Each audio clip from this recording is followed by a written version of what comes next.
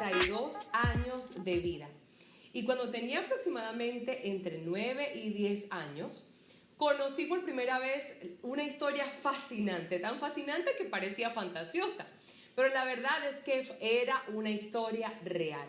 Y se trataba de un personaje llamado Jonás. Y aprendí esta historia, o parte de esta historia la aprendí a través de una canción que aún me acompaña en mi memoria y que estoy segura que voy a educar a mis hijos también a través de esta canción. Y quiero cantártela.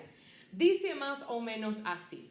Jonás no le hizo caso a la palabra de Dios, por eso al mar profundo la gente lo tiró.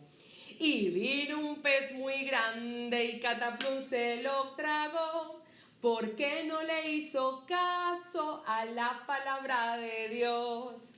Seguramente, si tienes un buen tiempo dentro de una comunidad de fe, habrás podido recordar esta canción conmigo. E inclusive seguramente has podido cantarla también. Te cuento que hace un par de días estábamos en una reunión de facilitadores de un programa que manejamos en Mosaico llamado Más Allá del Éxito. Y durante esta reunión estábamos junto a otros facilitadores de Latinoamérica y tuvimos un tiempo de oración. Durante ese tiempo de oración, mientras estábamos allí pensando en la misión, pensando en estos nuevos tiempos para comunicar de Jesús, entonces Dios trajo a mi mente el énfasis de Jonás. Me indicó que tenía que compartir contigo acerca de su historia y tener algunas reflexiones pertinentes, necesarias, urgentes y contextuales para que tú y yo podamos aprender de la vida de este profeta, de quien tenemos un libro de 4 capítulos en el Antiguo Testamento. Y quiero también decirte que este es un mensaje para ti, que eres parte de nuestra familia iglesia. Esto que estoy por comunicarte es para aquellos que han decidido creer y confiar en Jesucristo como su Salvador y que además han sumado su corazón a la edificación del Evangelio de Jesús a través de la iglesia local, en este caso a través de la iglesia Mosaico. Y gracias a que eres redimido por la sangre del Cordero, entonces eres la audiencia perfecta para poder recibir estas reflexiones con la urgencia y el énfasis que amerita. Así que quiero que ahora entonces ubiques en tu Biblia y puedas seguir la lectura de este capítulo con tu Biblia, nuevamente insisto, en Jonás capítulo 1.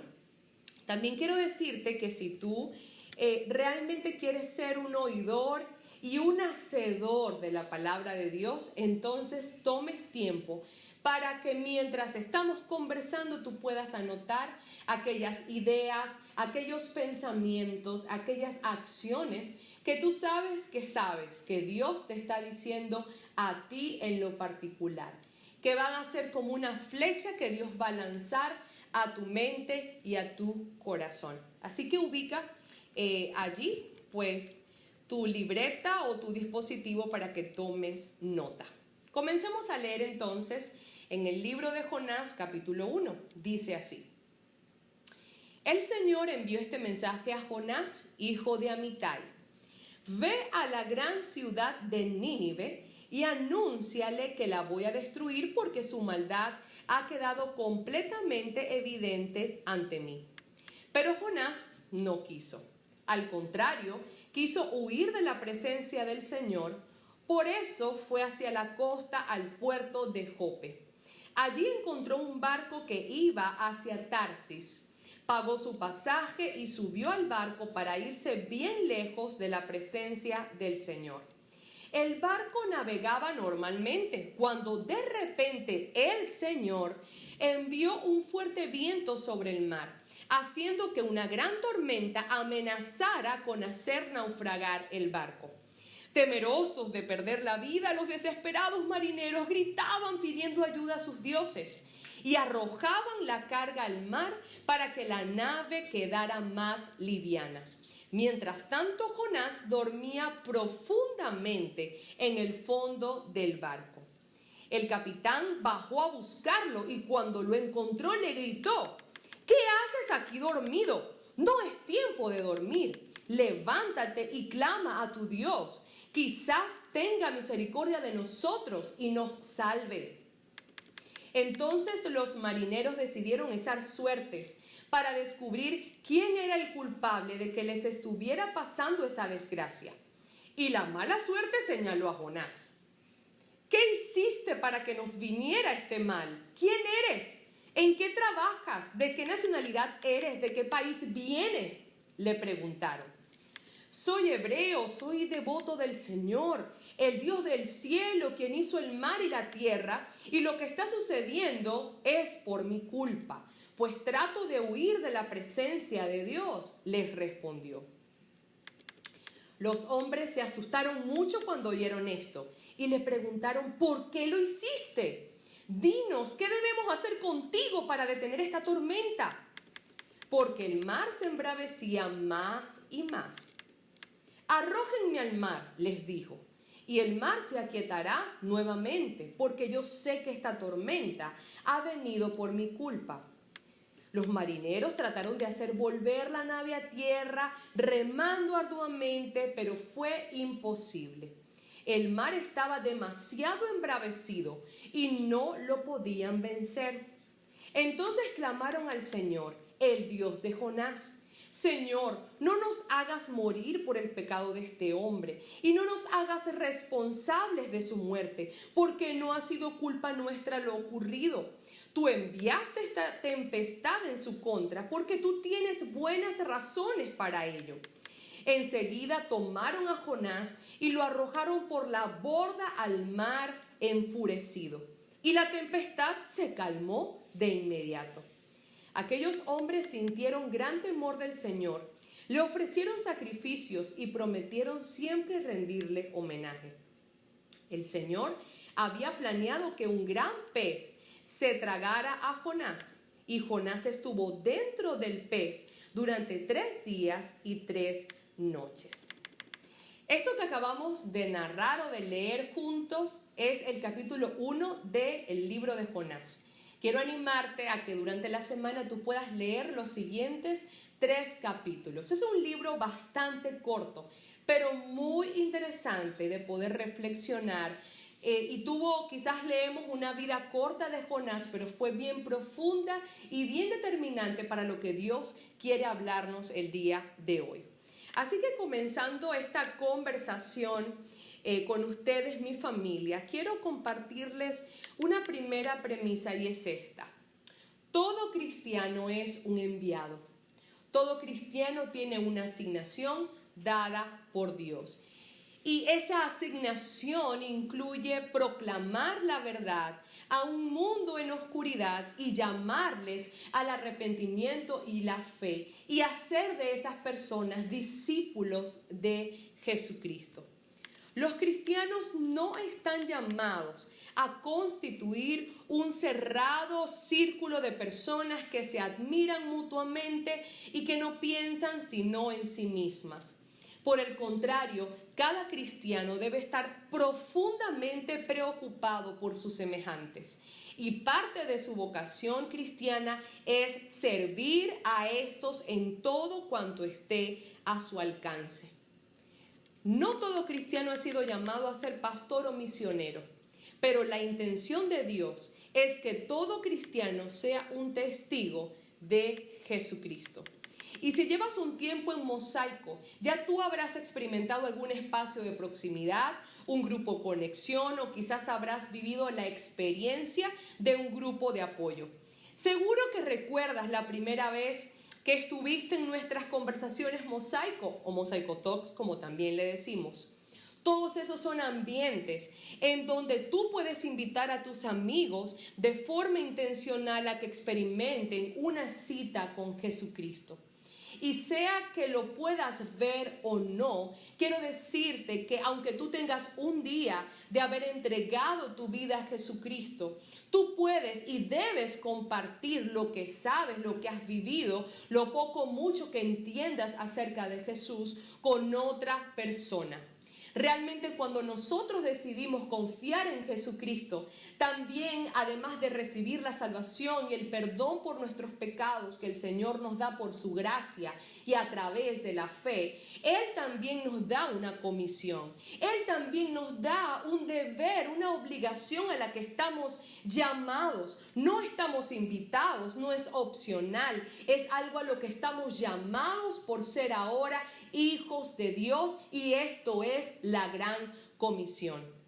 Yo quiero decirte que para poder comunicar el mensaje de Jesús, tú no tienes que pedirnos permiso a Pablo y a mí como tus pastores principales. Inclusive, y yendo aún más, la evangelización y el discipulado no dependen de una estructura de la iglesia. Tú no tienes que esperar que nosotros te asignemos a una persona para que tú la evangelices.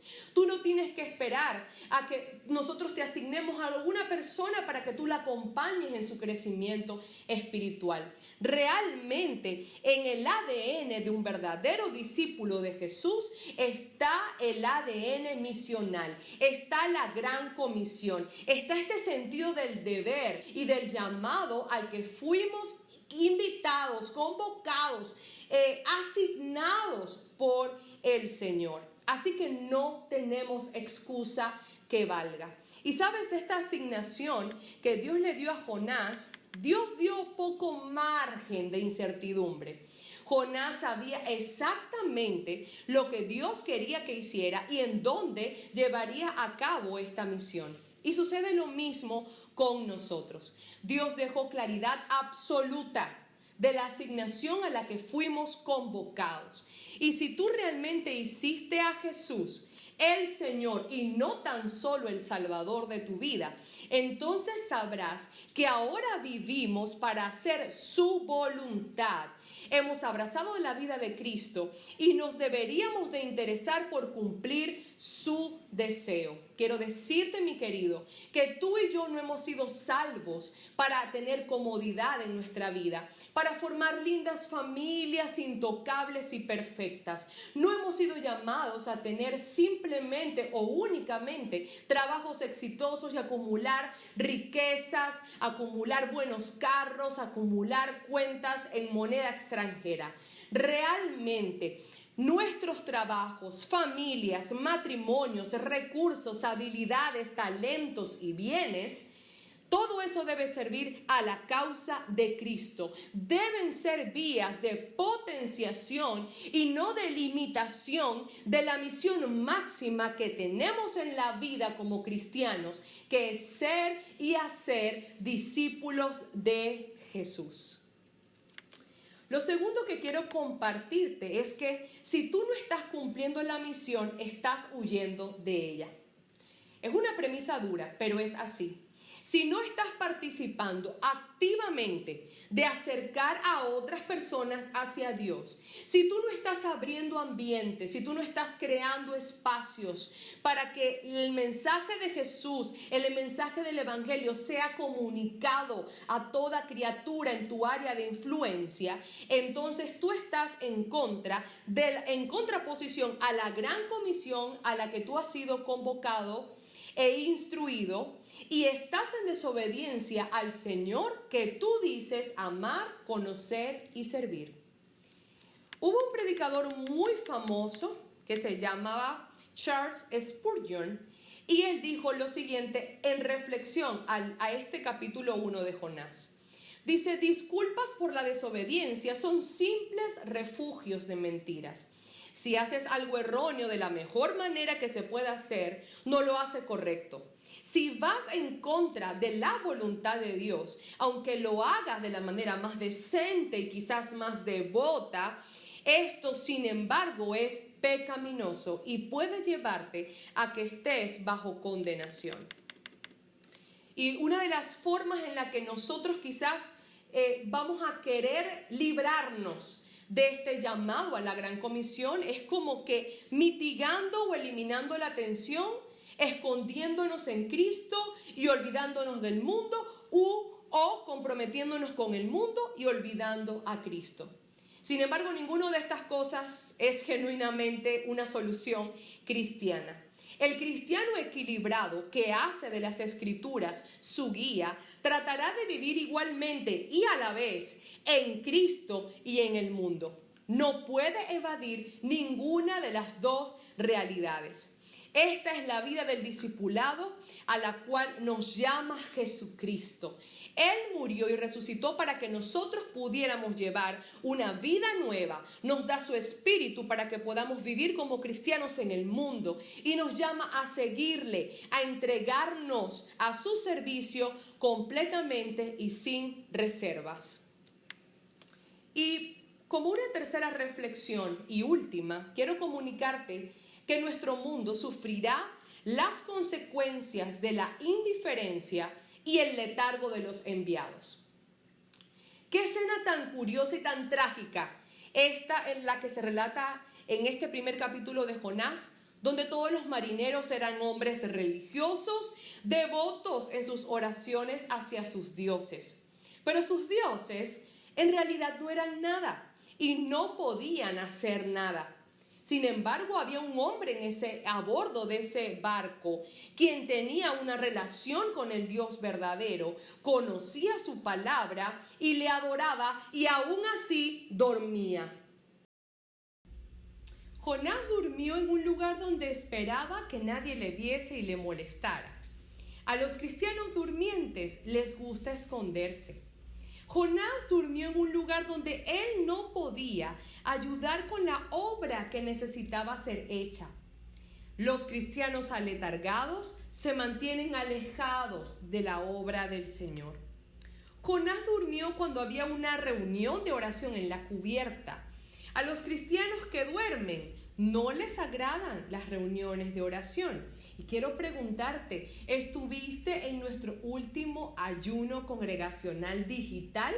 Fue hace tan solo una semana. ¿Estuviste allí? Espero que sí. Jonás durmió y no tenía idea de los problemas que le rodeaban. Los cristianos aletargados no saben en realidad lo que está pasando. Jonás durmió cuando él estaba en un gran peligro. Los cristianos durmientes están en peligro, pero no lo saben. Jonás durmió mientras aquellos que le rodeaban le necesitaban. Los cristianos que duermen roncan mientras que el mundo necesita el mensaje y el testimonio de Jesucristo. Nosotros estamos enfrentando una pandemia, algo nunca antes visto. Todos ya sabemos que el coronavirus es un nuevo virus. Y todos estamos tratando de entender desde los médicos, líderes organizacionales, políticos, líderes cristianos, en fin, estamos tratando de entender cómo aprender a vivir en medio de estos nuevos cambios. Pero lo que sí es cierto, además de todos estos cambios, que a Dios no le ha tomado por sorpresa. Y la verdad es que no vamos a volver a lo que antes conocíamos como normal. Ante este nuevo escenario, la pregunta es, como iglesia, ¿cómo vamos a responder a este desafío? Y la verdad es que muchos de nosotros hemos respondido con temor. Hemos pensado que nuestra única ocupación es nuestra protección y la de los nuestros. Pero no es esa el pensamiento y el corazón de la iglesia de Jesucristo. En el centro del corazón cristiano no hay lugar para el egoísmo y para la comodidad, ante la urgencia de la salvación de la humanidad. Y por eso quiero animarte hoy con estas palabras, esta reflexión de Jonás, y que puedas ver a Dios, quien nos está exhortando, quien nos está haciendo un llamado a recordar nuestro ADN misional y la gran comisión que Él colocó en nuestras manos. En Mosaico queremos juntos acompañarnos a cumplir esta gran comisión con éxito. Somos una iglesia misional que quiere participar activamente de la extensión y establecimiento del reino de Dios en nuestras vidas, familias y ciudades. Pero justamente todo comienza conmigo, todo comienza contigo. Caminamos juntos en nuestra comunidad de fe, en relaciones discipulares y de acompañamiento para poder crecer, cambiar, accionar en desarrollar la vida de Cristo en nosotros. Y quiero animarte a que pienses esta semana para que ubiques a alguien con quien hablar acerca de lo que Dios te está diciendo hoy. Para casi cerrar, quisiera resaltar una experiencia importante o algunas experiencias importantes en nuestra comunidad de fe. Y quiero hablar acerca de Armando y Raimari junto a Martín y Maydi, quienes pertenecen a un mismo sector en donde se desarrolla un mosaico en casa. Y ellos han unido esfuerzos para abrir un grupo conexión con sus vecinos. Desde el mosaico en casa, ellos están desarrollando el modelo mosaico en su comunidad. Asimismo, nos llena de alegría ver a Ilmar y Marbelis abriendo espacios de proximidad en su comunidad en Prados del Sol, alcanzando a los adolescentes para Jesucristo, y próximamente iniciarán sus grupos conexión. Qué emocionante ver a Teresa, Kenia y Damaris desarrollando reflexiones de esperanza, adquiriendo nuevas herramientas y habilidades a través de WhatsApps, intercalando sesiones presenciales con mujeres para comunicarles de Jesús. Y qué hablar de nuevamente Armando y Raimari, junto a Mauri, Carla, Gabriel y Eva, desarrollando su grupo conexión del área joven en la urbanización San José. ¡Wow! Realmente es posible hacer iglesia. Es posible cumplir con la gran comisión. Y es posible ser y hacer discípulos. Ahora quisiera pedirte que puedas discutir en tu grupo pequeño, allí en tu mosaico en casa, las siguientes preguntas. Y si me estás observando desde tu casa, entonces compártelo con tu grupo familiar o con alguien. Pero por favor, conversa de esto con alguien, valga la redundancia. La primera pregunta es: ¿qué evidencias en mi vida pueden hablar de que estoy cumpliendo la misión? Aquí quiero desafiarte a poder mostrar evidencias prácticas y concretas acerca de esto, no tan solo filosóficas o de que entiendes la gran comisión, sino realmente de forma práctica qué cosas pueden estar diciendo en tu vida que estás cumpliendo la misión. Número 2, ¿cuáles han sido las excusas que has levantado para no cumplir la misión a la que fuiste enviado? Y número 3, ¿qué harás al respecto durante esta semana? Es un placer para mí haber podido compartir contigo y espero que ahora comience una gran reflexión colectiva en familia allí en tu sede de Mosaico en casa. Un gran abrazo para ti. El Señor te bendiga. Terminen orando los unos por los otros y los unos con los otros, ayudándose mutuamente a recordar la gran comisión y desarrollarla aún en estos nuevos tiempos.